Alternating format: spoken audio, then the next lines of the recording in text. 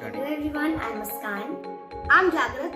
Today we are here because Shining Star Facebook page is starting a new activity where we will share our school teachers' learning experience through a series called Teachers Talk.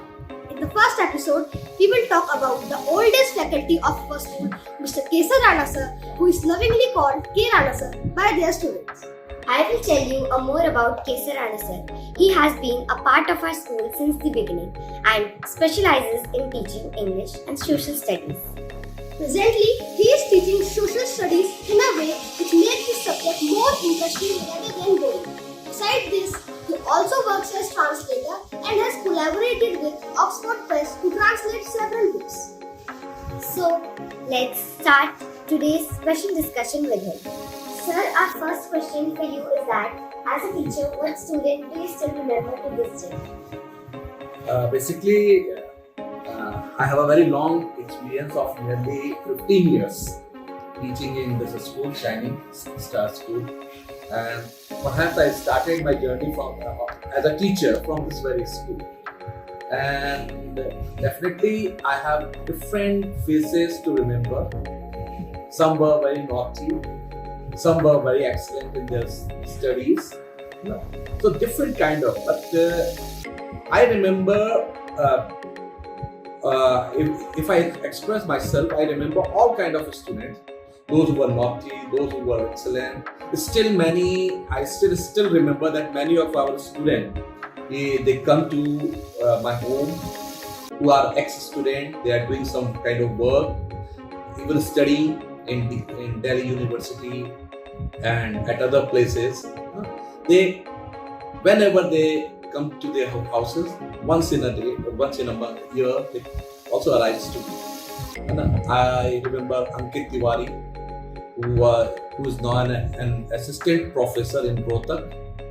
Thereafter, Nikita Tomar, and the list is very long. So it would be a very difficult for me to just go through the entire list. But I remember a lot of students.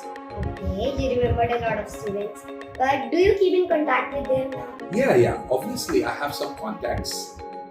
Some of the students, as I told you, they often come to me, and I even keep contact with them through the calls. These are the easiest way nowadays. So, in the same question, I want to ask, you are telling the name of Ankit Tiwari. So, what is the qualities that you are remembering? Yeah, definitely there are qualities that makes us remember the people. And I still remember, I think so, I started teaching him when he was in 6th or 7th. And he was here in this school till 12th. And one thing that I liked so most, he used to argue the thing. I have never seen him taking the thing as it is given. For everything he wants, he was a critical evaluator of it, and that really appreciated, and I was very much inspired by that boy. And still he has the same practice in his life. So, sir, our second question is, what are the changes you have observed in the education during your term of teaching period? Yeah, basically, if I talk about when I started in teaching in this school, I found the students, they were very curious to listen. We had the atmosphere in this school where we used to, it was not a one way. No, everything was not a one way. Definitely the teacher used to explain and the student also used to ask questions and keep their views. That something, especially after the COVID, I would say it is missing out. Perhaps now students seems to be in some other kind of dilemma that I don't know why is it happening all of a sudden. This change is really worries me, because as a student, as well as a teacher, to me, I think that we should have a habit. We should develop a curiosity to learn more and more. but that is somewhere is missing out. In the last, if I say correctly, in the last 4 years. Yes, that's a truth that it misses. So I'm very curious to know the answer to this question. That who inspired you to become a teacher? Who inspired me to become a teacher? This is a question that I myself don't know. Actually, in my life, I never thought of becoming a teacher. There were my other dreams, but I don't remember that even I once in my life I dreamed about it to become a teacher. It was all coincidence. I think so. That I can say this much right now, that it was a coincidence coming in contact with as I started with first I started a tuition, then I came in contact with DS sir, and he told me about the vision of the school, that what kind of a school he wants to establish, and that I liked it. And thereafter, I don't know how, but I joined this school starting with 3 lessons a day. In the beginning I used to teach only 3 lessons. Then after that, next year with the new session, I started full time over here. So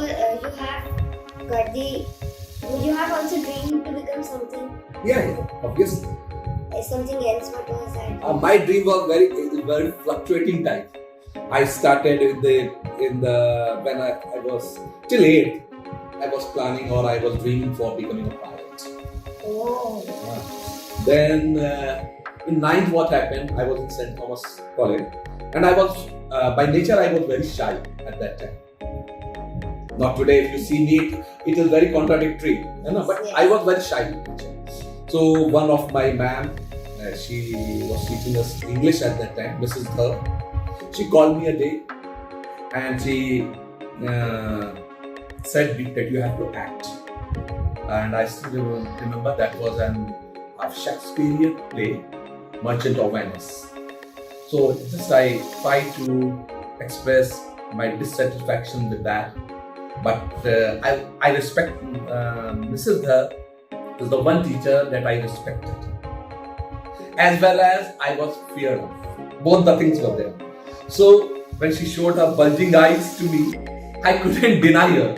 But the next morning, I just did not come to school, thinking that ma'am may take some other student on the stroll.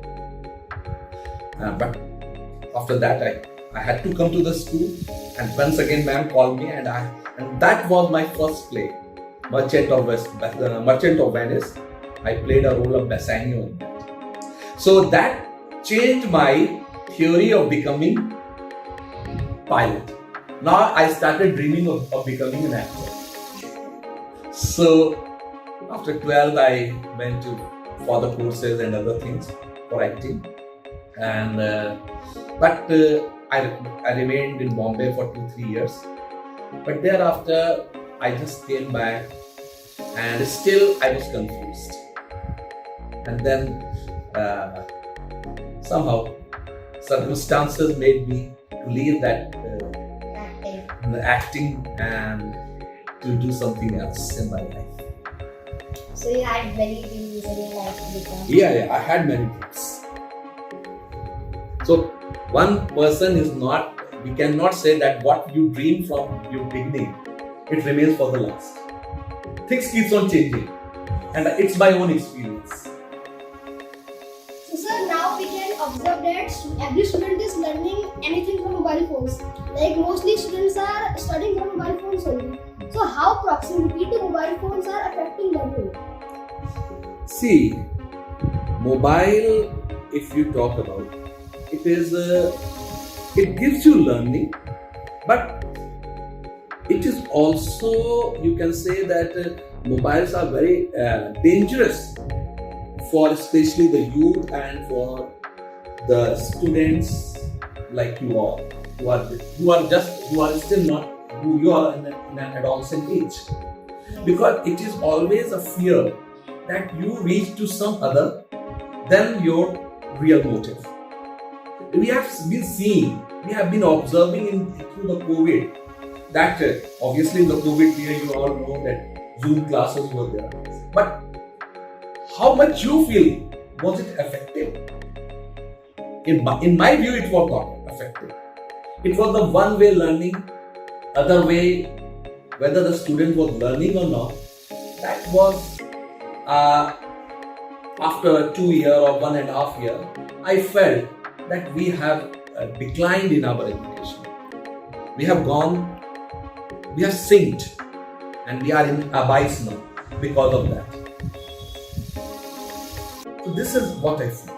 So I feel that the mobiles are not true friends of the students. They are just fabricated to us by the market. That I think. And how do you make your teaching fun and enjoyable? How can I teach my teaching? How do you make your teaching fun and enjoyable? Enjoyable.